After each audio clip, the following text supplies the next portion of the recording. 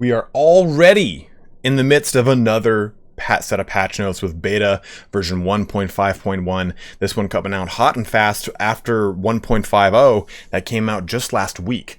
So we're going to go through these patch notes real quick. I'm going to do my customary summary of them. I'm going to show you some of the things that changed in game. I'm just going to be pretty transparent out the gate here. There's not a lot that has changed in a 1.5.1. It seems to be mainly a lot of fixes and AI tweaks. So this will be a hopefully much shorter version of patch notes. But let me get into the nitty gritty, down and dirty bullet point of what's changed so far, or some of the highlights here. So there's new Battanian Armor. There are new harnesses. The diplomacy AI has been overhauled, so they react based off of their wealth and power and other mechanics. So it's way less likely that they're going to have more than 2 wars going at any time. Even if that, it seems more that they'll have just one war. They're not as willing to start a war on multiple fronts. Also, there is a fix to the siege AI, so they won't just abandon sieges midway through for no reason, and they won't abandon when the player gets close. So it seems to be, and we'll read the patch note on it, that defenders have a higher chance of winning in a simulated battle AI, and I'm not sure if that means on the actual battlefield. I defended a keep and the AI seemed to react the same, but the patch notes are referring more to the attacking AI, and the attacking AI not being as cautious anymore. There are new riding and throwing perks that were added. Starving parties won't get wounded as fast, and what I mean by that is it's 50% slower. So right now, major armies are starving because they're running out of food, or even individual nobles are running out of food too quickly. So their units are just capsizing. They're getting wounded too fast, and then they just get killed by a band of 40 looters or 10 looters or 20 looters, depending on what it is. So now, since it's 50% slower, they'll have enough time to make it to a city to get more food, replenish their food, and they won't get wounded out as fast. In addition, weaker factions have a chance of staying in the fight longer because they won't just give up. They'll actually recruit armies again and try to steamroll back against the opposition, especially since they'll all be centrally located. So it should be easier for lower strength factions to kind of come back into the fight a little bit more. And they also added a Barber NPC. But that's it. That's your down and dirty. That's your 2 minutes and 30 some seconds. If you don't want to watch anymore, you're good to go. Go ahead and close the video out and jump into beta branch 1.5.1. It works with all current saves, and you don't need to start a new campaign. So you should be good to go. Now, you might experience some crashes. That does happen. It seems to be every computer runs these patches a little bit differently. I did not encounter any crashes or major bugs, so I think I'm just kind of lucky in that regard. But from what I experienced, it's a pretty stable patch, and you can go ahead and roll it out. It's not going to change a whole bunch of stuff visually to the game. But that is your down and dirty list. If you are heading out, please don't forget to like, subscribe, all that kind of fun action. I know it's annoying to hear, but it does help me out a ton for the YouTube algorithm. But for those staying here for the nitty gritty, let's dive on in. Single player, we had a bunch of crash fixes here. So 2 end of battle crashes were fixed an issue with data agents dropping equipment that was causing the game to crash. A number of other things like arena practice fights, dialogue conditions in the main storyline would cause crashes, stuff like that. Save and load added a notification that informs the player that the game was successfully quick saved, which is good because if you're anal retentive like I am, I'm pressing that button like 50 times and I still don't know if it's actually saved. So I automatically go through the manual save process because it feels a little bit nicer. It feels like I actually got the save off. So this is a nice little quality of life upgrade there. Some localization changes here and there. For art, they fixed a visual issue with an Azurai helmet. Some of you were noticing that Azurai helmet as coming through as just a stark white metal helmet. So that has now been fixed. The new harnesses have been added. Horse harness A, B, and Saxon have now been given the names Saddle of Aeneas, Fortuna's Choice, and Celtic Frost. If you want to see these, you can jump to their corresponding timeline stamps in, well, the timeline. Also, a new Battanian chainmail armor, in addition to the one that we just got in 1.50, and a new shoulder armor, or at least what I thought was a new shoulder armor. So you can see that as well in the timestamps. Fixed some clipping issues on civilian clothes. Updated some spear fur guard meshes for better aesthetic and optimized crafting spear pieces for future updates. Again, I think this is poising us for the massive, well, quote unquote massive, I'm calling it massive, crafting overhaul that they teased about in one of the developer updates, saying, hey, we are looking at crafting and we're going to be changing it entirely in some of the upcoming patches. Fixed a bug where arrows went through some solid pots instead of getting stuck. Didn't know that was a thing. Improved on some of the Asarai and Valandia village scenes. Add a new death animation for camel riders because I know we needed that the most. Some UI changes. Added missing troop tier and type icons to the new hideout troop selection pop-up, which is nice. So if you went to go into a hideout, you just had to hope you knew what the relative tier and type of unit you were putting into the hideout was just by the picture. The selected skill now stays the same when the current character is changed in character developer screen for easier comparison, allowing you to kind of decide how you want to progress your character through character development, or I'm sorry, character creation, as a means to give you a comparison from each one of those screens. So a little bit nicer there. Some big fixes here with mainly a little bit of more side things. Fixed a bug that caused a selected clan to change in Kingdom Clan tab after supporting a clan. Fixed an issue that caused the raid icon to become visible in village nameplates when there is a battle happening nearby. And I've actually noticed that. I've attacked a unit next to a village. Even if the village's militia didn't come into the fight, it would show that it was being raided. So this has been fixed now. Fixed some localization bugs in Encyclopedia. Fixed a bug that caused a crash while preparing tooltip for villages in the town management pop-up. But this is the big one here. Battle and sieges. Not being able to defend against range attacks when the auto option was selected for blocking direction has been fixed, which is quite nice if you're using auto block. But the AI will be less cautious while they are besieging settlements, so the player has a greater chance to experience defensive sieges by breaking into a castle or town. In previous versions, the AI was giving up the siege in most scenarios when the player joined the defenders because of changed power ratios. Because of this, sieges will also be won more frequently by defenders compared to past versions. So this should make for a pretty interesting change in the balance of sieges that are going on right now.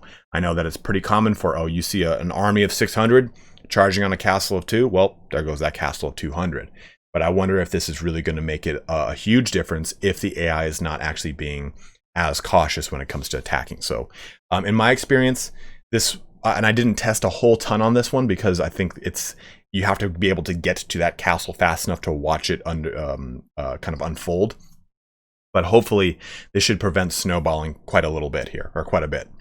Character development, we have removed some of the starting equipment that was too strong or too expensive. This will create a more even starting point for each selection.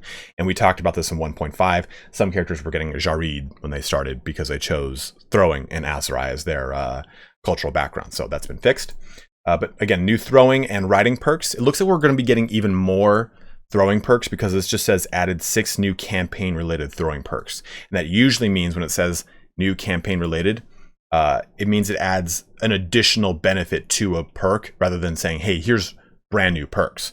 Whereas this large number added 24 combat related perks for riding. This completes the perks for this skill. So we should hopefully be seeing some more of the throwing perks coming in time.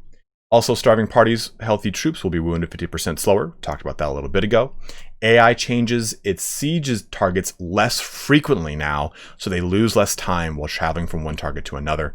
This is kind of frustrating if you ever went to join a siege or go help out the AI in a siege.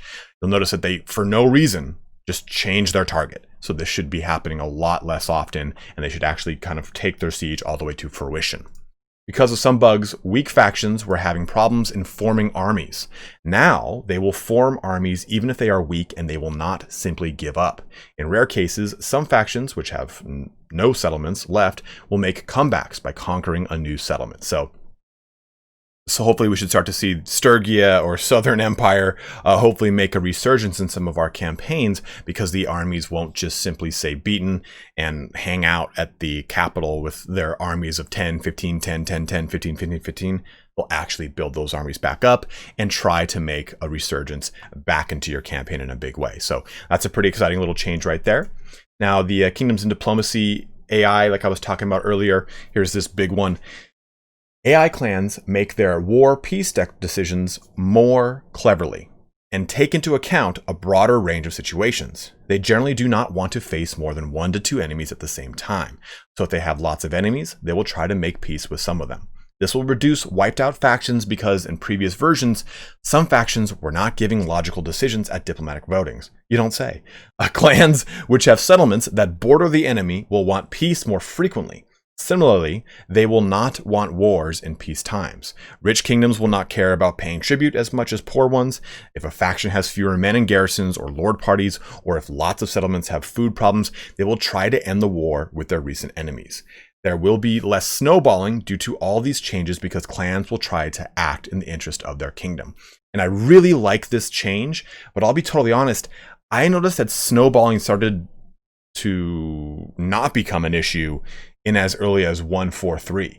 So it's exciting we're getting this because this will hopefully encourage or discourage late game snowballing, which I think is really where the snowballing kicks in, even though Stygia almost always would get capsized by day 40 of your campaign. I think all the improvements over the last 2 or 3 patches will hopefully prevent all that late game snowballing that we have seen in almost everyone's campaign, where Khazate takes over everything or so on and so forth. But new Barber NPC added to the town center of every town. For 100 dinars, this NPC lets you decide on a new haircut. Depending on the culture of the town, these haircuts and beards can change. So you can go ahead and see that further in the video. You can jump to it if you so wish in the timeline, or just wait till we get there. A number of quest fixes here with Landlord needs manual labor and Lord needs a horse, and a number of other little changes here when it comes to stuff like sheathing their weapons after family feud quests, duplicated persuasion dialogue text, fixed a bug that caused a nearby bandit-based quest to get stuck when players also had an active needs help with bandits quest. It's going to be relative to your speed, which I think is 100% fair, and the first-person camera has gotten a little bit of a fix. So with all that, there's not really, like I said, a ton to show off in the campaign. I'm going to show you guys the new harnesses, the new Battanian chainmail. I'm going to show you the barber, but there's really, like I said, not a whole ton. We'll close the video out talking about the perk system and my overall take on the patch. But let's jump now into the campaign. Jumping into the actual game here, there's not a whole ton to actually show off. For the most part, everything was kind of tweaked under the hood. This is a little bit smaller or more minor of a patch, really kind of tweaking the way the AI interacts with you in the game, and something you have to experience for yourself, really. I've noticed that the AI does tend to do exactly what it says in the patch notes. It is a little bit more clever. The ability to offer tribute is geared more towards the wealth of that nation. So you get an AI that responds a little bit more in kind versus being on a set path every so often. Oh, I'm sorry, a set path every time. Like, okay, hey, I'm going to do a peace treaty. So here is my tribute that I offer. Well, I'm a rich country, now I'll do the tribute because I don't mind. Well, I'm a poor country, I don't really want to do the tribute. So it has tweaked in that regard. But as far as new armors here, the Highland Mail shirt is the new armor that was added with this patch. Remember in last patch we got the new Highland chainmail, but with the Highland Mail shirt we also got Highland Mail shoulders. Now this might have already been in and I've missed it somehow, but I will say that the Highland Mail shoulders with the mail shirt look quite cool in conjunction, so we get more additions to the medium light armor here, or I guess just chainmail in general, of the Battanians. I know some people were saying, hey, Stygia got some light armor, why? They're a heavy armor, heavy infantry style of faction. Well, I think that with Stygia, the big problem is that there's not a lot of decent light armors in the Stygia catalog, so I think they're trying to patch up some of the holes, and hopefully we'll start to see this more for the Empire's armors, for Valandia especially, because Valandia has a pretty weird set of armor in that it's got, okay, super heavy awesome armor like the coat of plate over mail, but it has a whole ton of helmets and not a lot of diversity between those helmets. And the same thing could be said for the Empire too. And not to be said, of course, for Aserai, which needs a ton of love with its armor selections. So it looks like they're adding some of the armors in here to fix up some of those holes in the armor slots, or I guess the armor catalog, as it were. But let's jump over to some saddles and some harnesses that have been added as well. The first saddle I'll be showing off is Fortuna's Choice, and this one, it looks very similar to the one that you get with the chain harness, or maybe actually I think it's the northern harness that goes over the eyes of the horse, but for some reason that one's bugged right now, so you've got Fortuna's Choice, which is just a nice little simple saddle. None of these are crazy looking ornate saddles, but they're just kind of a little different. Let's jump into another one real quick as well. Another simple saddle. This is the saddle of Aeneas. And as you can see with all of these saddles, they're tier 6. They have very high armor, right? 76, 78, some of the highest armor that you can see on a harness. In addition to that, they're exorbitant in their price, 80 to 100k.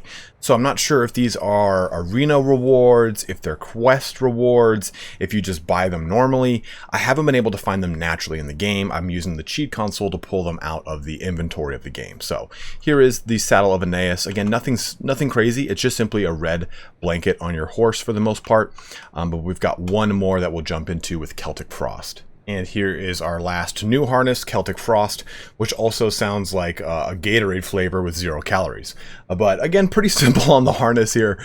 Nothing too crazy. You can see it extends all the way to the rear of the horse with some nice pelts.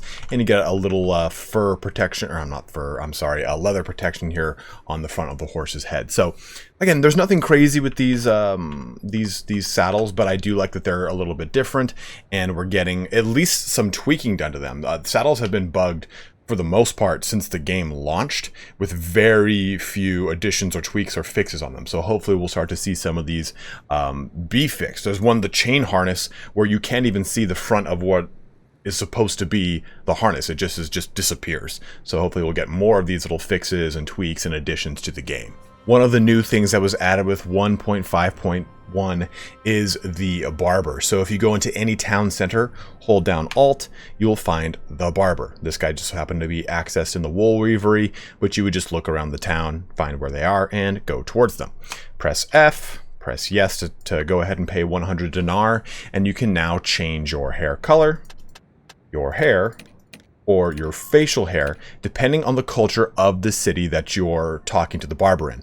If this is in a Volandian city, then you'll have hair and facial hair that correspond to what the game deems as Volandian hair and facial hair. So you can no longer press V, like I said, to access your character's creation screen, basically, and edit the character's build, voice, even vocal pitch, as well as hair and facial hair. It is now done exclusively through the barbers. And that tells me that we'll probably get a similar system like this with the banners. Yes, that's it.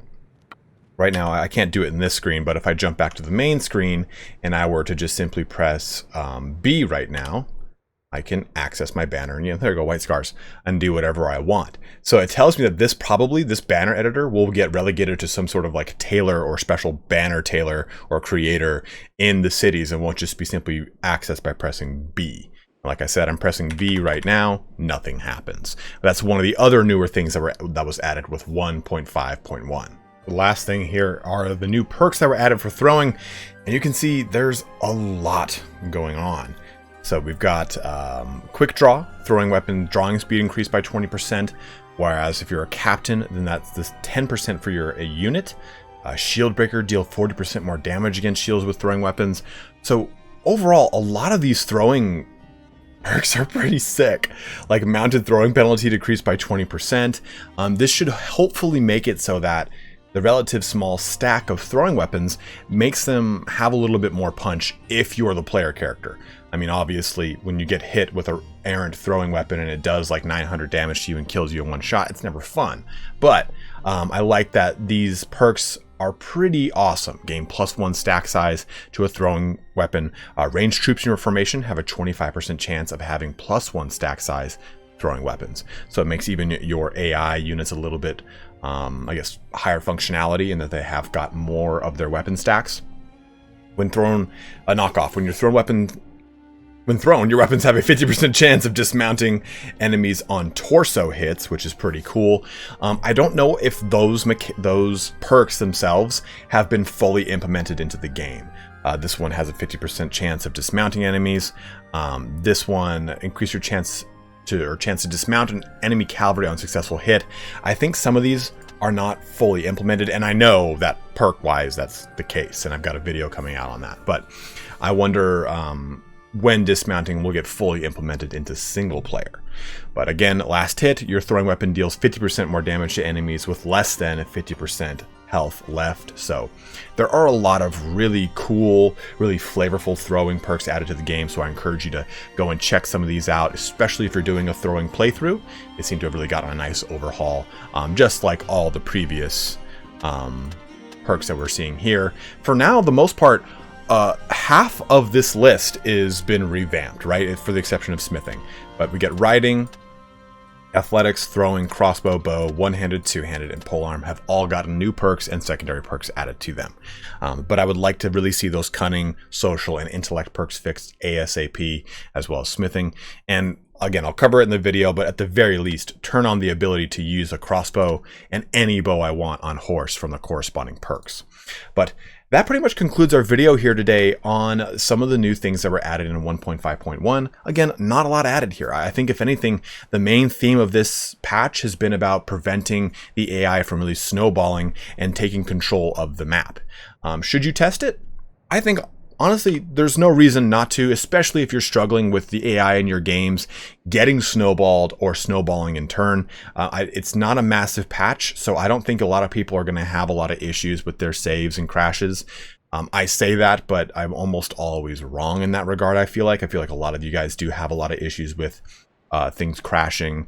I've heard that also cavalry seems to be at a weird disadvantage with its AI right now. For some reason, they'll just kind of charge up to a unit, stop, and then just get slaughtered. So I'm not sure if that's everyone that's encountering that. I personally did not, so I don't know what the case is on that 100%. So please do be mindful of that. If you're playing a playthrough that really relies on cavalry, watch out for that and see if it's happening to you. If it is, roll back to 1.50. But as always, guys, thank you so much for watching here today. Hopefully this gave you a good idea on 1.5.1. If you notice any big crippling bugs that seem to be really taking over, go ahead and let people know in the comment section. Any of the bigger ones I do try to kind of bring up to the pinned section and at least have it so that people have some sight on them. But as always, thank you so much for watching on this. Don't forget to like, subscribe, comment below, all that action that everyone always says when it comes to YouTube videos. But have a good one and take care.